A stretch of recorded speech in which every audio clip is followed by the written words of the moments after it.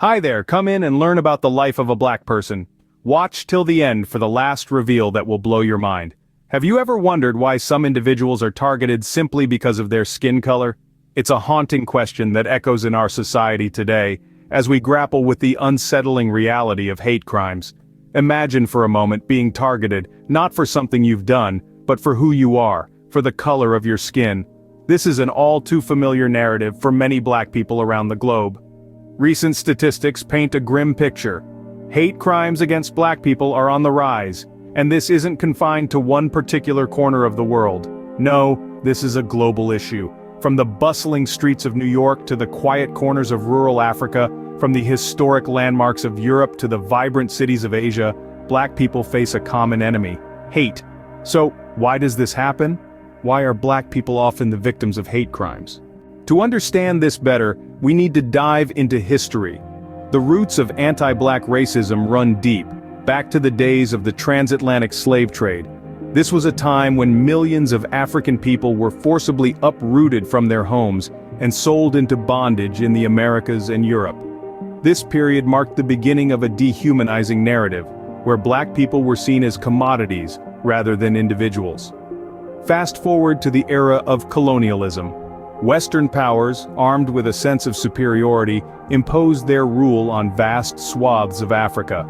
This era further deepened the racial divide, with the colonizers viewing themselves as superior to the colonized.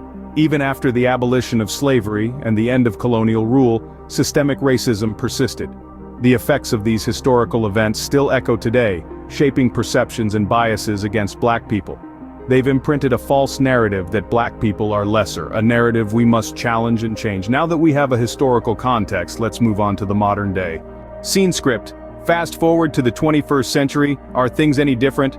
Well, on the surface it may seem like we've come a long way since the days of blatant segregation and discrimination, but scratch beneath the surface and you'll find that racism is still very much a part of our society. It's just taken on a more subtle, insidious form. Systemic racism.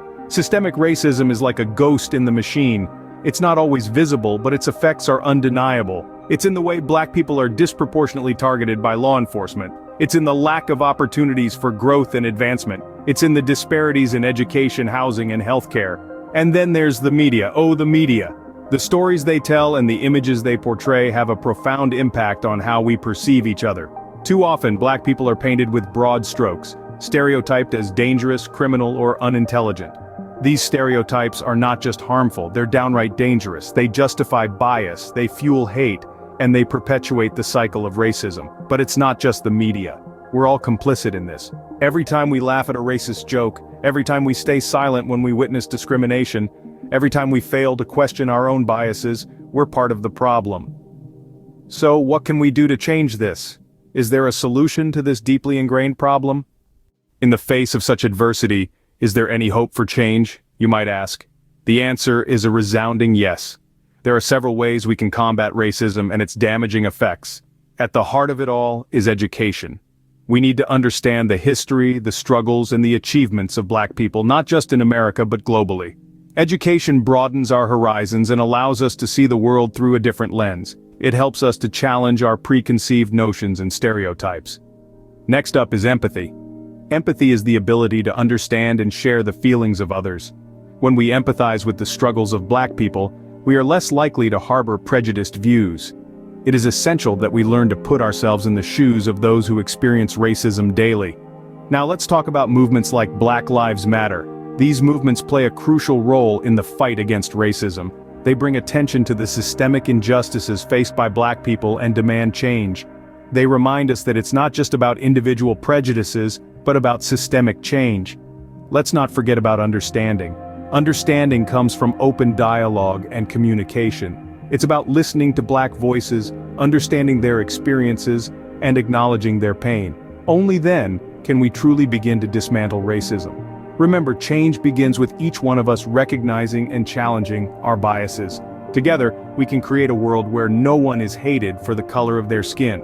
Be sure to hit that like or subscribe button and keep being curious, beautiful, and continue learning. Check out some of my other videos and keep staying curious.